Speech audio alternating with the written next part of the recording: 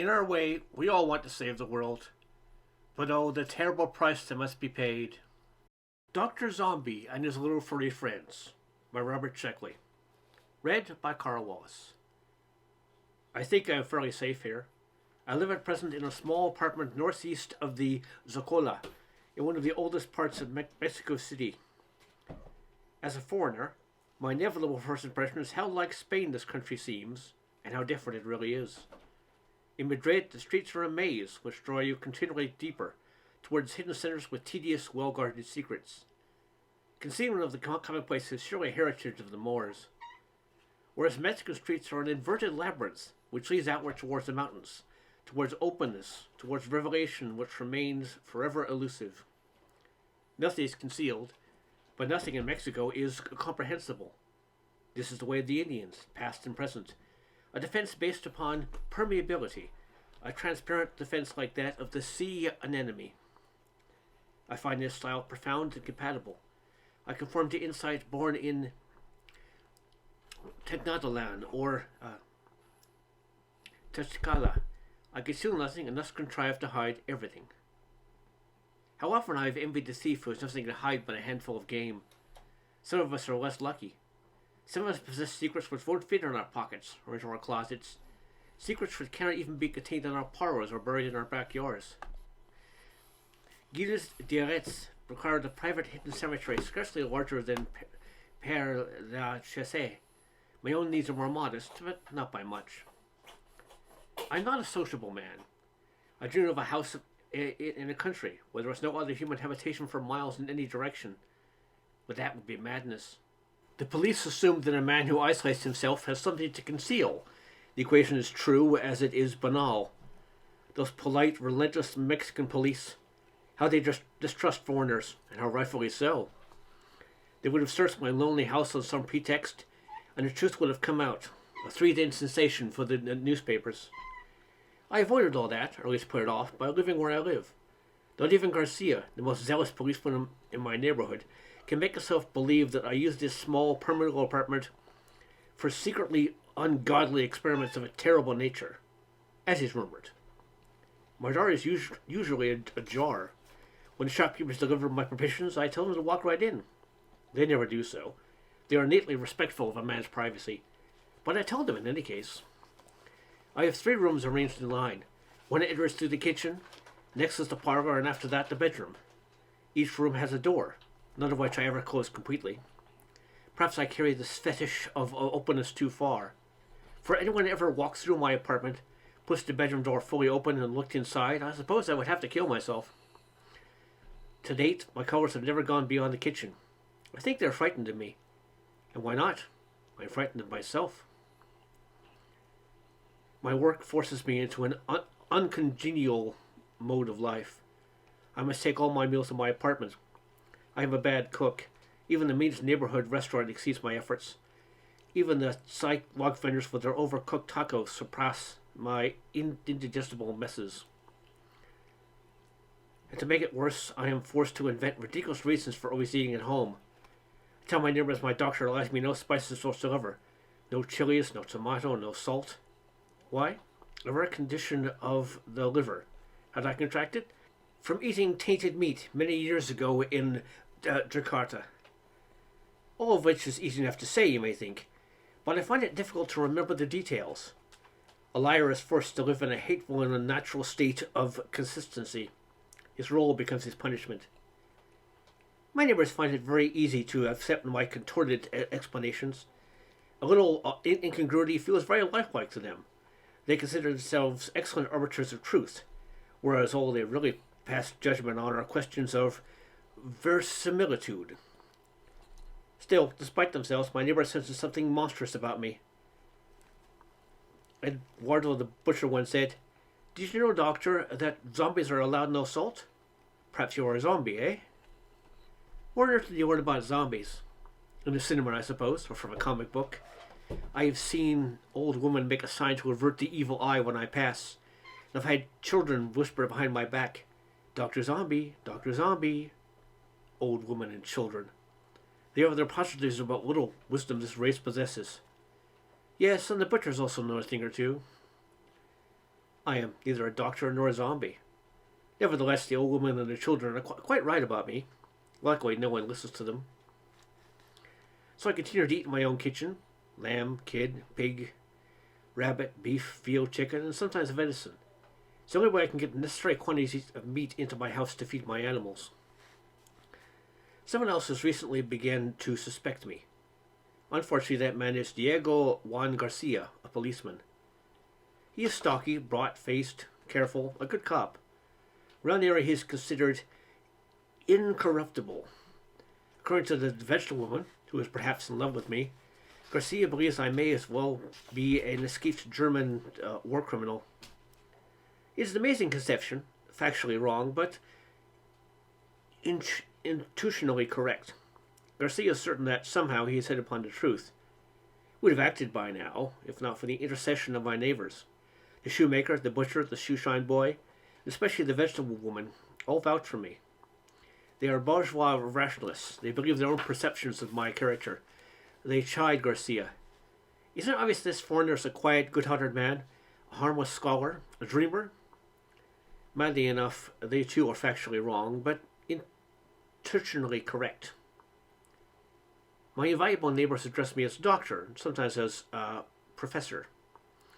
These are honorary degrees which they awarded me quite spontaneously, as a reward to my appearance. I did not solicit the title, but I do not reject it. Senior doctors and their mask behind which I can hide. I suppose I look to them like a doctor. Huge, glistening forehead, grey hair bristling from the sides of my balding head, square, stern, wrinkled face. Yes, my European accent, my careful Spanish constructions, my absent-minded air, and my gold-rimmed glasses. What else could I be but a doctor, and a German one at that?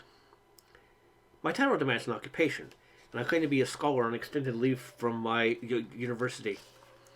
I tell him I am writing a book about the Toltecs, in which I will collate evidence of a cultural linkage between that mysterious race and the Incas.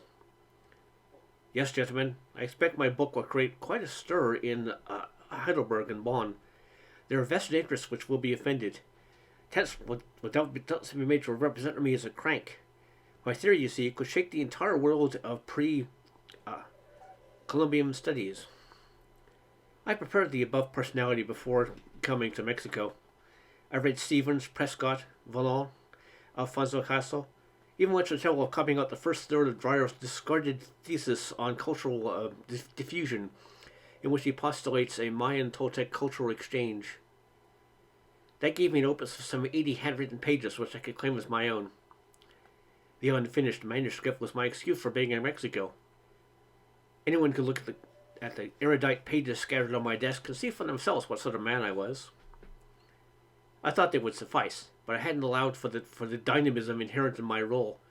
Senor Ortega, my grocer, is also interested in pre-Columbian studies and is disturbingly knowledgeable. And little Jorge Cervero, the Sushan boy whose mother works in a tortilla, dreams of attending a great university, asked me very humbly if I might use my influence at Bonn. I am the victim of my neighbors' expectations. I have become their professor, not mine. Because of them I must spend endless hours at the National Museum of Anthropology and waste whole days at the ruins. My neighbors force me to work hard at my scholarly pursuit. I have become quite literally where I purported to be, an expert, possessed of formidable knowledge, more than a little mad. The world has penetrated me, mingled with me, transformed me, to the extent that now I really do believe in the likelihood of a Toltec-Incan connection. I have unassailable evidence. I have seriously considered publishing my findings, all of which I find tiresome and quite beside the point. I had a bad scare last month. My landlady, Senora Elvira Macis, stopped me on the street and demanded I get rid of my dog. But Senora, I have no dog. Excuse me, Senora, but you do have a dog.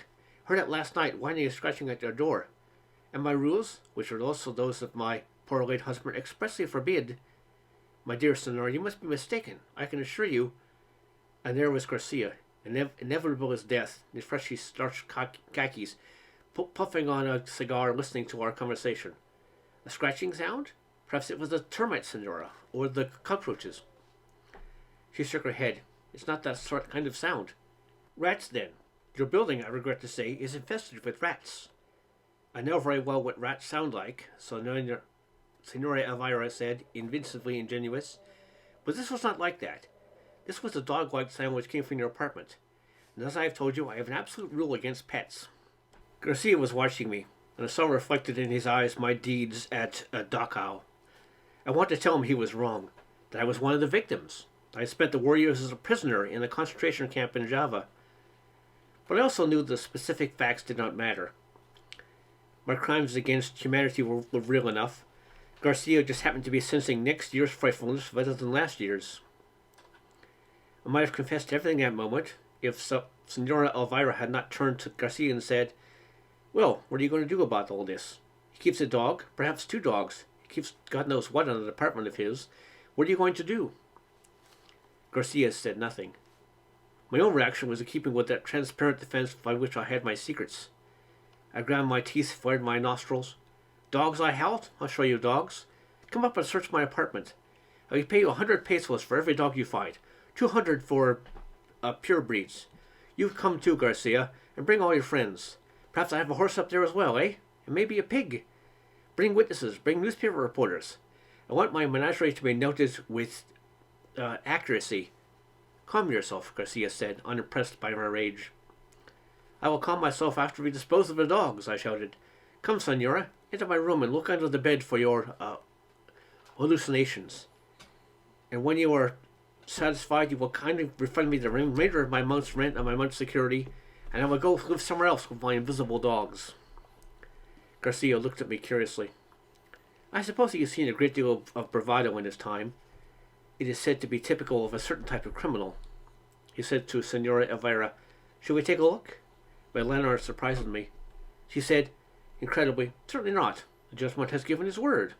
She turned and walked away. I was about to complete the bluff by insisting that Garcia search for himself before not completely satisfied. Luckily, I stopped myself. Garcia is no respecter of properties. He is not afraid of making a fool of himself. "I'm tired," I said. "I'm going to go lay down." And that was the end of it. This time I locked my front door. It had been a near thing. While we had been talking, the poor wretched creature had gnawed through its leash died on the kitchen floor. I disposed of it in the usual way, by feeding it to the others. Thereafter I doubled my precautions. I bought a radio to cover what little noise they made, put heavy straw matting under their cages, and I masked their odor with heavy tobacco, for I thought that incense would be too obvious. But it is strange and ironic that anyone should suspect me of keeping dogs. They are my implacable enemies. They know what goes on in my apartment. They are renegade animals, just as I am a renegade human. If the dogs could speak, they would hurry to the police station with their evidence. When the battle against humanity is finally begun, the dogs will have to stand or fall with their masters. A note of cautious optimism. The last litter was quite promising.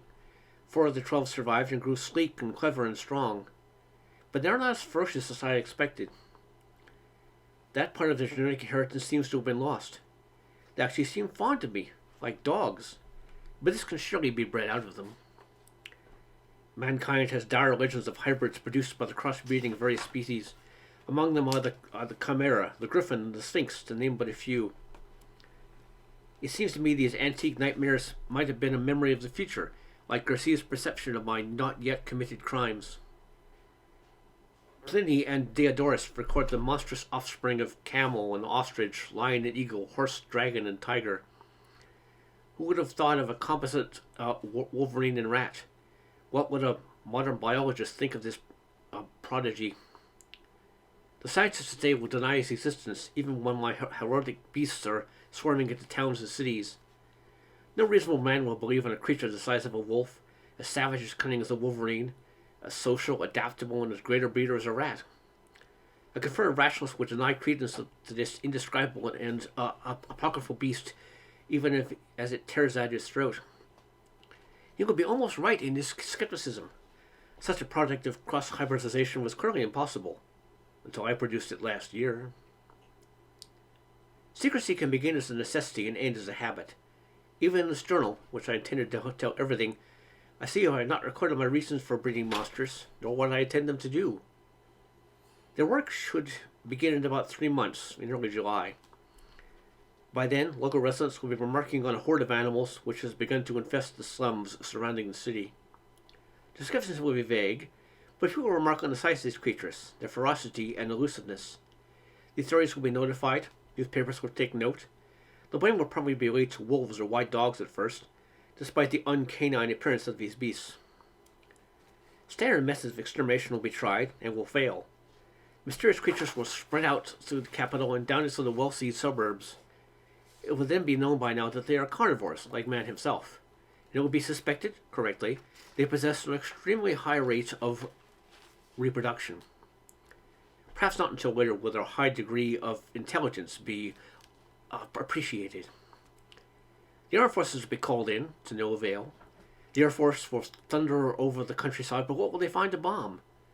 These creatures present no mass target for conventional weapons. They live behind the walls, under the sofa, inside the closet. Always just beyond the outer edge of your hindsight. Poison? But these hybrids eat what you possess, not what you offer. Besides, it is August now. The situation is completely out of hand. The army is spread symbolically throughout Mexico City, but the cohorts of the beasts have overrun every surrounding area. Scientists confer, crash programs are drawn up, experts come to Mexico from all over the world. The beasts hold no conference and publish no manifestos. They simply spawn and spread. North to Durango, south to Villahermosa. The United States close to its borders, another symbolic gesture. The beasts come down, they cross borders without permission. Unauthorized, they appear in El Paso, Laredo, Brownsville. They sweep across the plains and deserts like a whirlwind. They flow into the cities like a tidal wave. Dr. Zombie's little furry friends have arrived, and they're here to stay. And at last, mankind realizes the problem is not how to exterminate these creatures. No, the problem is how to prevent these creatures from exterminating them. This can be done, I have no doubt, but it's going to require the full efforts and ingenuity of the human race. This is what I expect to achieve by breeding monsters. You see, something must be done. I intend my hybrids to act as a counterbalance, although to control the free-running human engine that is tearing up the earth in itself. I consider this job ethically imperative. After all, does man have the right to exterminate whatever species he pleases? Must everything in creation serve his ill-considered schemes or be obliterated? Don't all life forms and systems have a right to live? An absolute right with no possibility of qualification?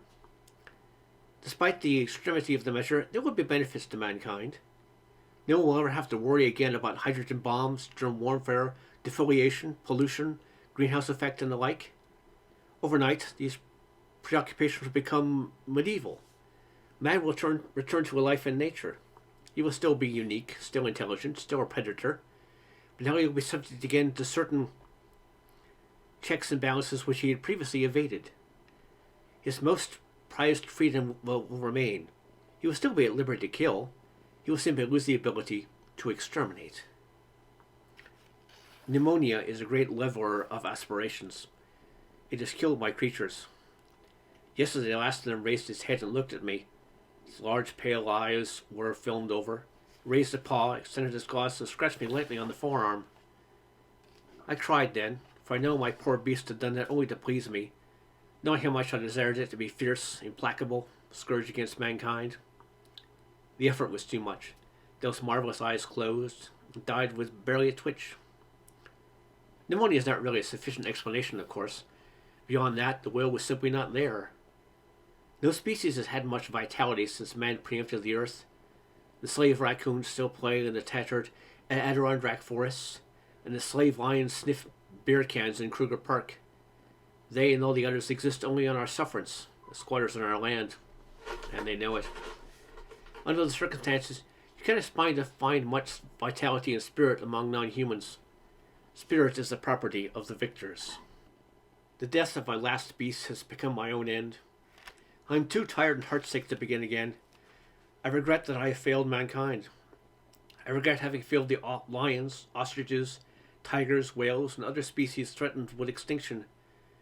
But most of all, I regret having failed the sparrows, crows, rats, hyenas, the vermin of the earth, the trash species to exist only to be exterminated by man.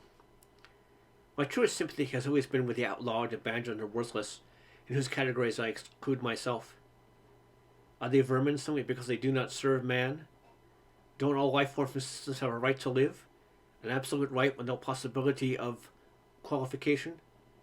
Must everything in creation continue to serve one species or be obliterated? Some other man must feel as I do. I ask him to take up the fight, become a guerrilla against his own kind, oppose them as he would oppose a raging fire. This record has been written for that hypothetical man. As for me, not long ago, Garcia and another official came to my apartment on a routine health inspection. They found the bodies of several of my composite creatures, which I had not yet had the opportunity to destroy. I was arrested and charged with cruelty to animals, with operating a slaughterhouse without a license. I shall plead guilty to the charges. Despite their falseness, I recognize them as essentially and undeniably true. The end.